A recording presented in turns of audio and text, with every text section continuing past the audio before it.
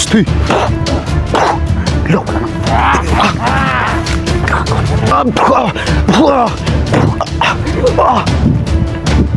Ay, ati! Uy, Johnny! Sino susunod mo dali? Ako ito, Zigo! Si Zigo! Si Zigo ako! Dito yun mo dali! Hinanap ko si Mo! Si Mo! Kamu hindi nagkasulod-sulod, Rhea! Kamu hindi nagkakuha sa mga bihag! Sige, sulod mo dali! Anong nangyari sa'yo?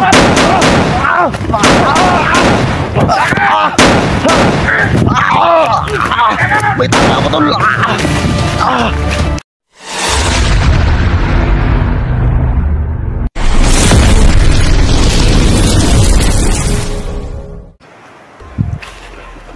So yun mga tol, no? Magandang araw po sa inyong lahat. So ngayon tol, nandito pa rin tayo tol, no? Sa location ni Simo at saka ni Johnny.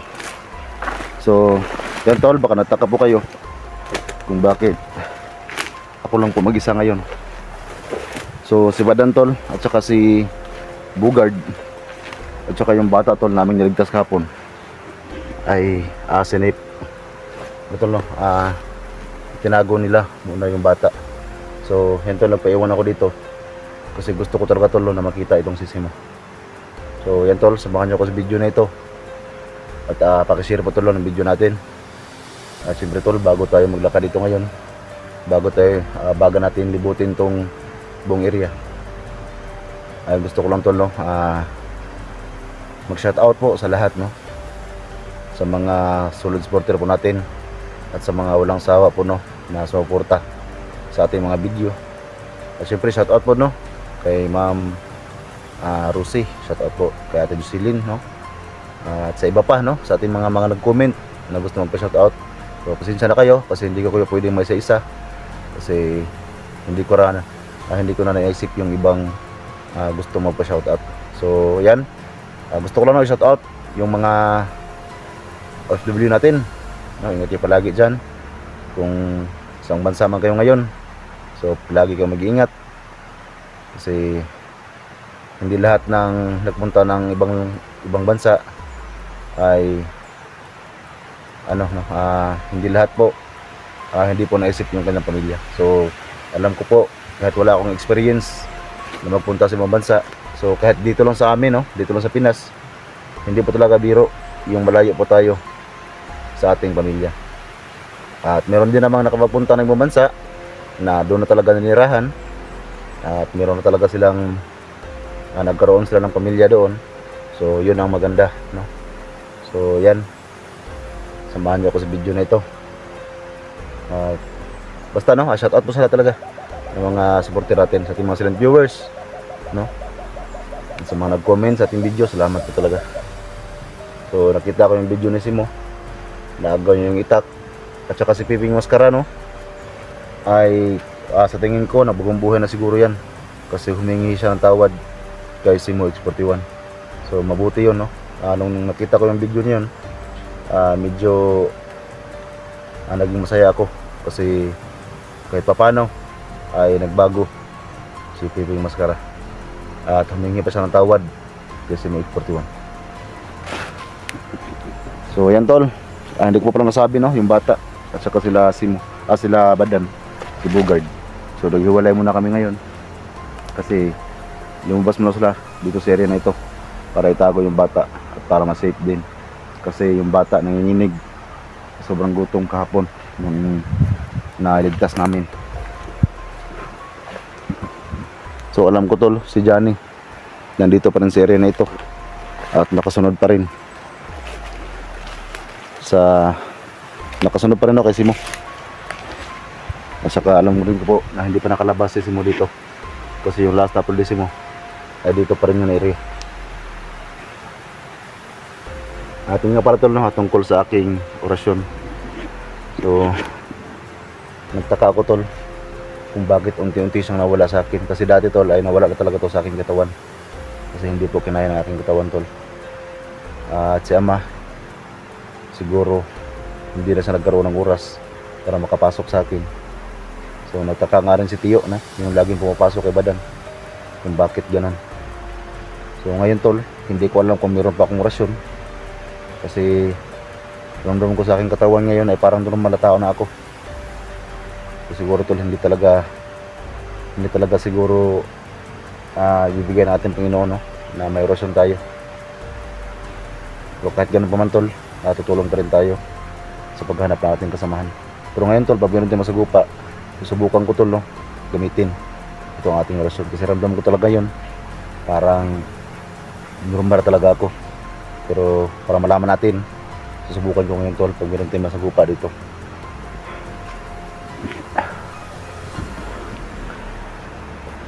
So yun tol, medyo napahaba yung ating pagpapaliwanag po sa inyo, pero ramdam ko tol, parang meron nakaharang sa akin dito ngayon.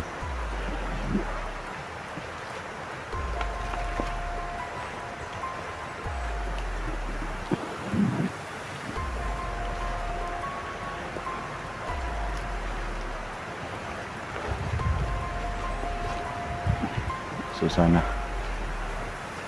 makita natin tol si Simo at saka yung si Piping Maskara, kasi meron akong gustong sabihin, marami akong gustong itanong kay Maskara kung anong klaseng tao siya.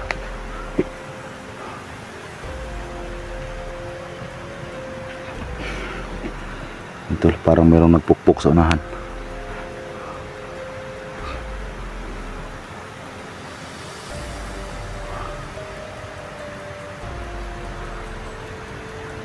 So yan yung horse tol, oh. Dito lagi dumadaan si Johnny dati nung bihag niya sa Alpha Charles. Matagal kong hinahanap itong area na ito, pero hanggang ngayon tol,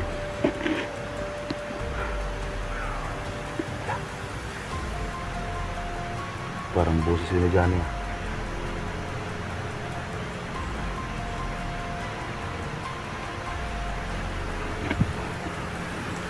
Ito kailangan natin mag-ingat tol, kasi ramdam ko talaga tol na yung aking orasyon ay medyo nanghina na po.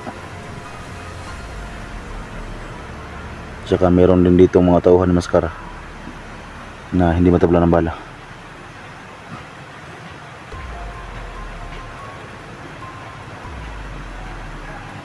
May mga boses tol sa unahan.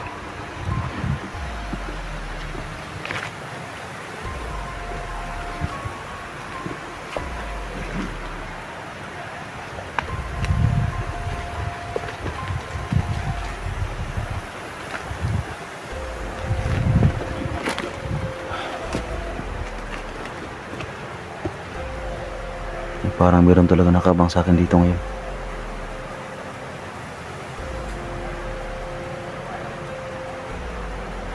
Parang boses na siya na yun, ah. Hindi ko alam tol kung narinig niyo, pero rinig ko talaga parang boses na Johnny.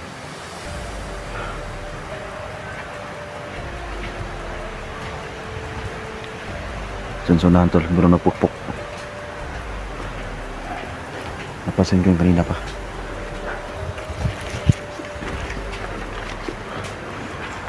Ayan tol, sabi ko na nga ba.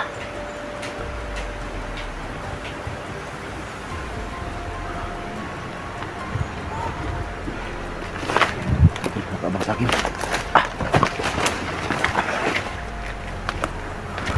Nakabang sa akin dito. Silipin naman natin.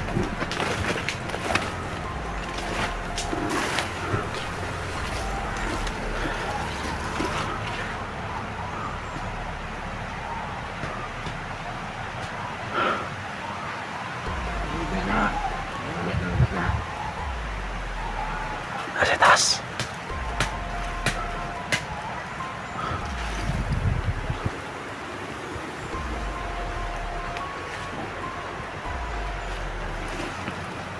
Nasa taas tol.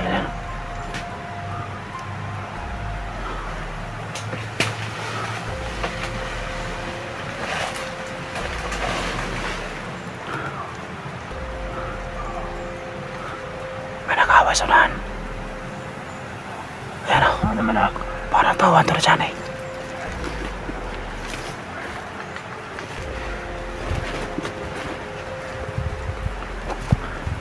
Yan tol, subukan natin yung aking orasyon.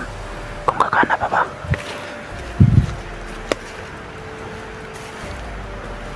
Psst!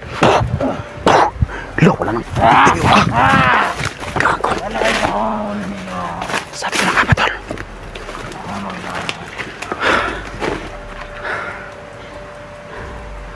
Yan tol, wala nang epektibo yung aking orasyon. Sabi ko na nga ba? Hindi na kumalayo ang orasyon tol. So kahit parilayin ko yan, wala nang epekto.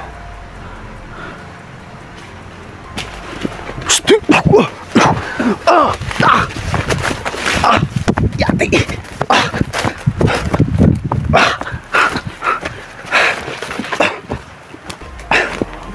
Lakas niya! Sobrang lakas niya tol.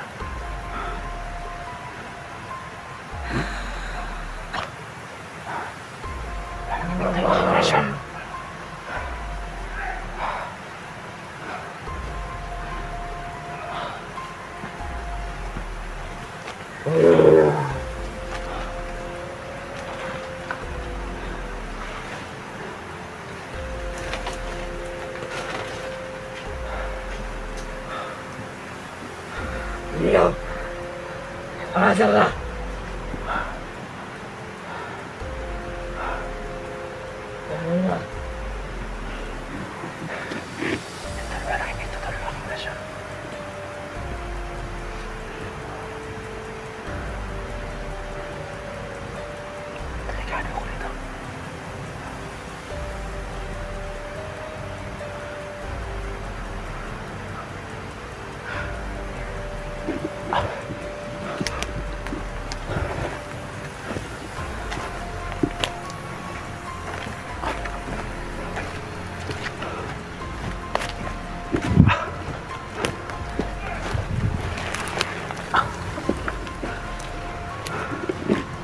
Yan tol, wala na talagang orasyon tol. Paano ko ito tatapusin ngayon? Sundan ako.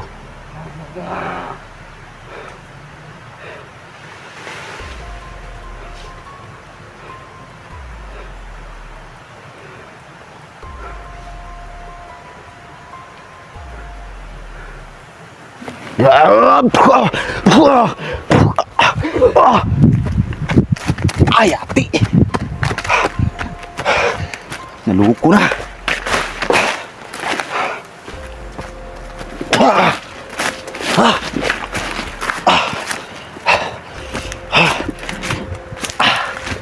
Naluko na!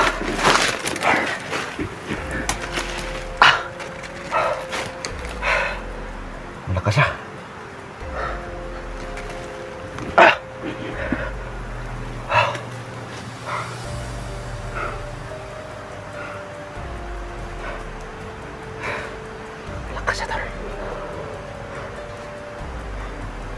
Ano nangyari sa akin? Bakit nawala yung aking orasyon? Hanapin ko sa aking orasyon.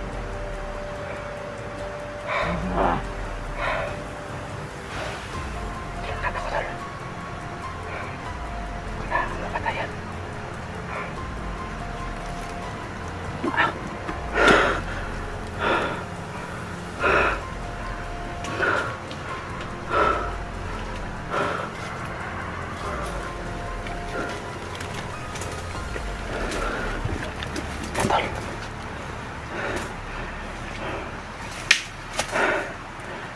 Kailangan ko siyang patayin.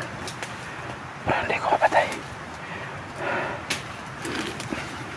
Tago lang muna tayo dito. Hindi niya ako mapansin kasi wala na akong orasyon.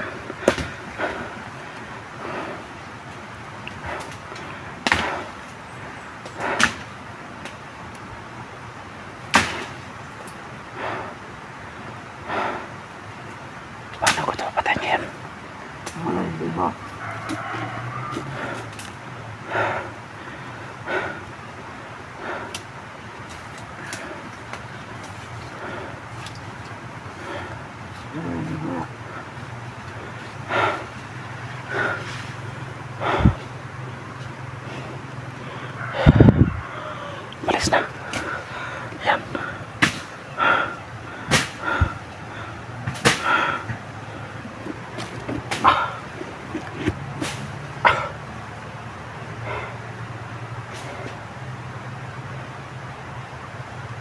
sa akin, tol. Wala na akong basin, tol.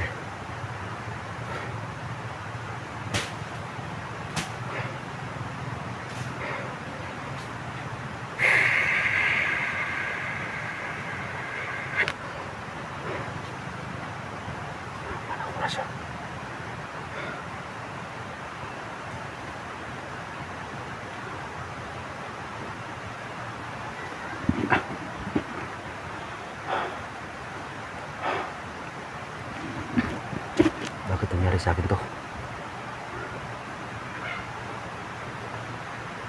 Alam ko talaga, tol. Normal yung katawan ko. Kasi dati, tol. Kasi ang dahilan to kung bakit tumalik itong agimat sa korasyon ko ay si ama lang.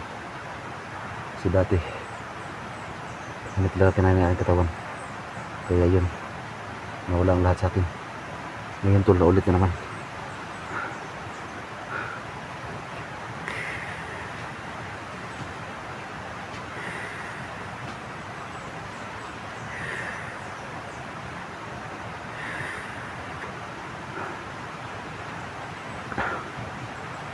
Nagmantil lang sa akin, nasa likuran.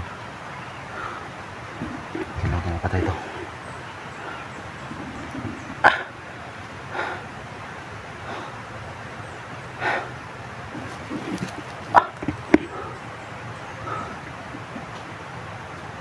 Nasa likuran sa patay. Ang pana sa akin.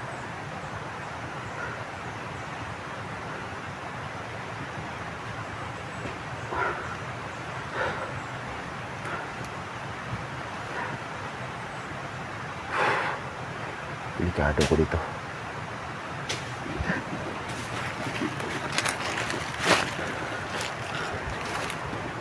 Para sa likuran lang.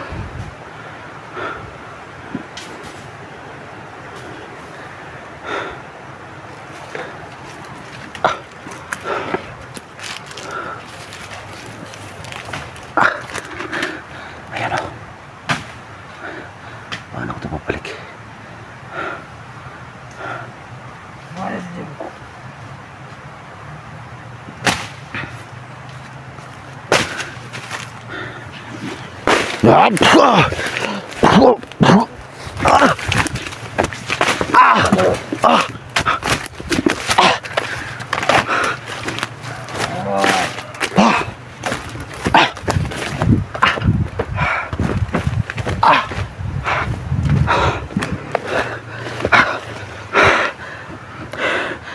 Yan nakasama sa akin. May dagulasyon. Wala malingaw ko.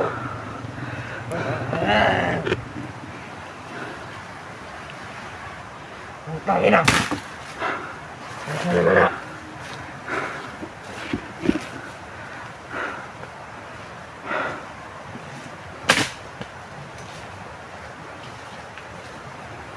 Yan, tol, buti hindi nakita.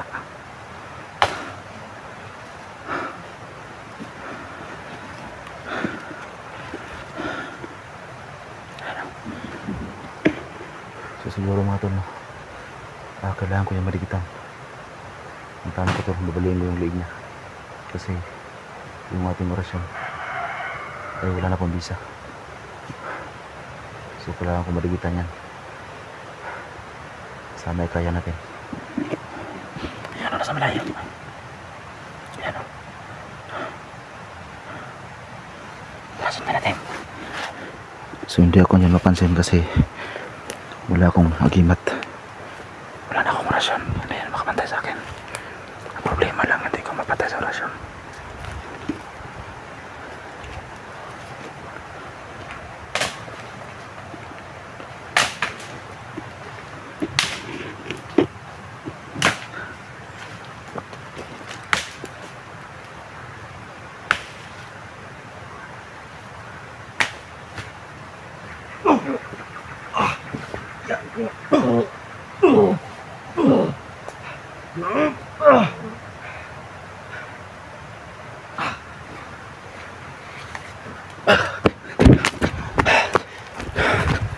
Yan, tol.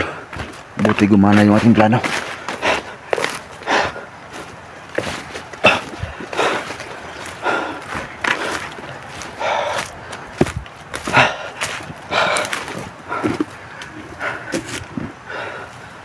Anong nangyari sa orasyon ko? Bakit hindi na gumana? May kasama pa siguro. May kasama pa.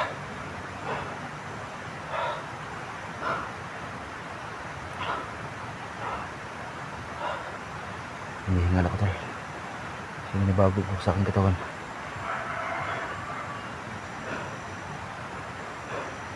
Buti tuloy kaya natin silang patayin gamit yung pagbalik ng liig.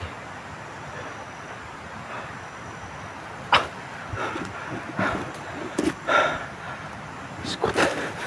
Wala na akong orasyon, tol.